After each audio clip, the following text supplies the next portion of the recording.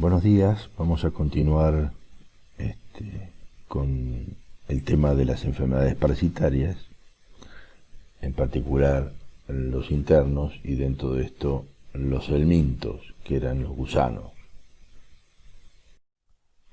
En la clase pasada vimos todos los helmintos o buena parte de ellos que afectan en forma importante a los rumiantes.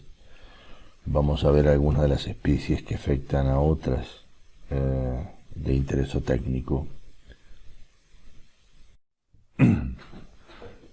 En los porcinos, la especie de helminto más importante y que ocasiona por lejos la mayor cantidad de daño es el Ascarisum, es un gusano redondo, y que por su particularidad de ciclo que veremos enseguida, sus estados larvales atraviesan varios tejidos y en función de esto genera como sintomatología a su paso por pulmón neumonía, edema, enfisema pulmonar, y también en su paso por el hígado en otro estado larval genera también lesiones importantes hepáticos que no solamente afectan la elaboración de proteínas para ese animal, sino que además produce una importante pérdida de comiso en los frigoríficos.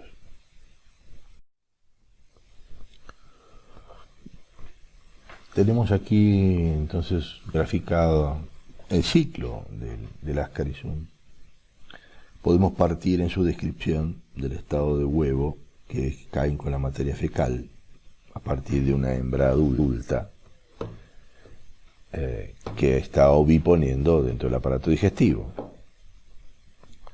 Esos huevos, que pueden ser fertilizados o no, caen al suelo y dependiendo de determinadas condiciones de humedad y temperatura, se desarrolla una larva 1 dentro de ellos.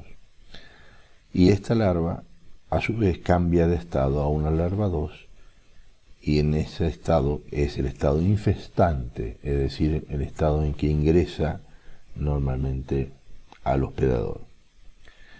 Rara vez se produce una modificación a larva 3. Ese huevo embrionado, entonces, en estado de larva 2, es ingerido y en el aparato digestivo se libera esa larva por efectos químicos y físicos y migra por el sistema porta hepático hacia el hígado.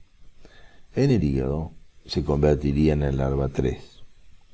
Esa larva 3, en 4 o 5 días, migra de vuelta por el sistema sanguíneo, pasando por el corazón y llega a los pulmones. En los pulmones hace una transformación hacia la muda, hacia la larva 4. Y esta larva 4 es la que abandona los capilares y pasa por los alvéolos y continúa hacia los bronquíolos. Es decir, va lesionando el tejido pulmonar a medida que avanza hacia los bronquios y luego a la tráquea, de donde va a pasar a ser nuevamente hacia el esófago para ser ingerida y caer nuevamente al aparato digestivo. Este pico de migración se da alrededor de unos 12 días después de la infestación. Las larvas entonces son deglutidas y llegan al intestino más o menos entre 2 y 3 semanas después de haber sido ingerido ese huevo larvado. En el intestino se desarrolla el macho y hembra adultos, y esa hembra normalmente no son muchos los parásitos que se desarrollan en adultos. Es raro encontrar más de 10 parásitos adultos en el intestino delgado, pero esa hembra tiene una gran capacidad de oviposición y puede llegar a poner hasta 200.000 huevos por día. Esos huevos van a salir por la materia fecal y son altamente resistentes.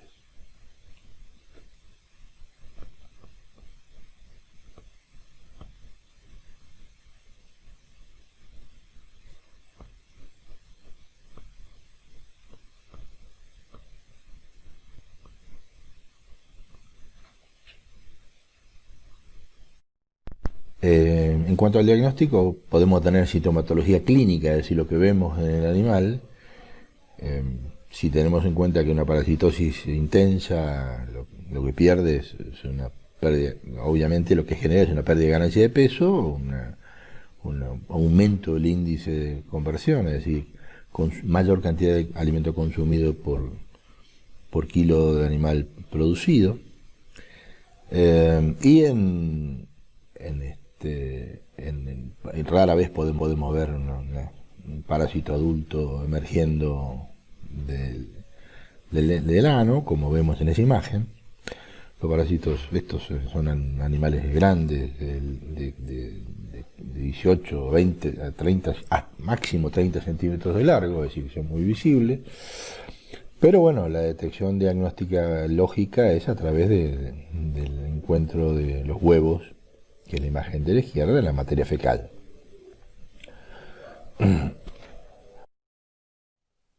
En cuanto al control de la enfermedad, obviamente en los sistemas intensivos es bastante más sencillo, partiendo del concepto de que el lechón nace libre de parásitos y que su madre es la principal fuente de contagio posible. Con una desparasitación de la madre en el preparto nos garantizamos que no pueda transmitirle a los lechones, que además son los más susceptibles al daño generado por la ascaridiosis.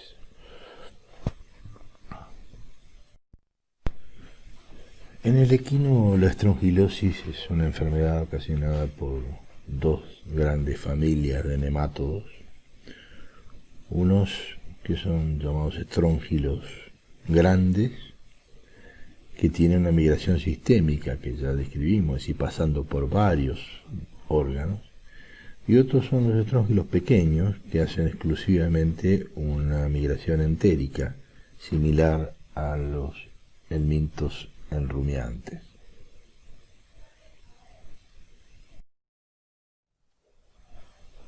Dentro de los estróngilos grandes tenemos tres especies que son las que afectan el equino. De ellas la más importante, con mayor presencia, es el Strongylos vulgaris. Acá vemos el ciclo del parásito, con lo que vemos en la porción a la derecha, que es la vida por fuera del hospedador. El huevo cae en la materia fecal.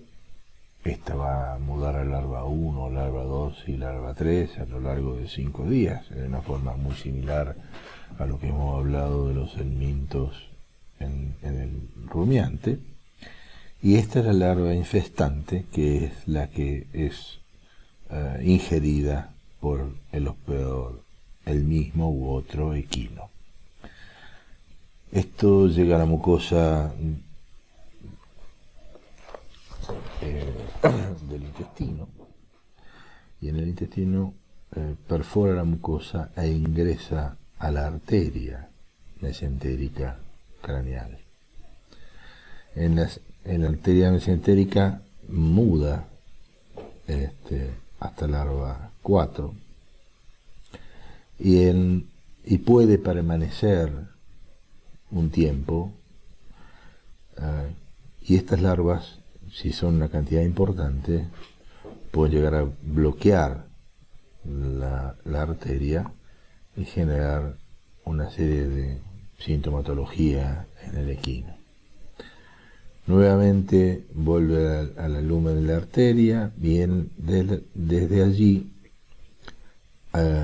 migra nuevamente hacia el aparato digestivo y desarrolla el estadio adulto en el intestino grueso.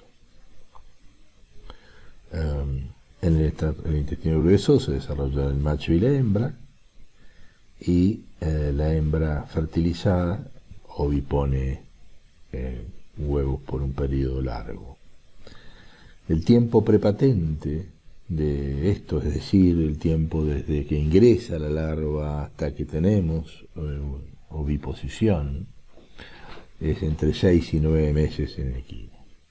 O sea que el ciclo completo se desarrolla en entre 180 y 200 días.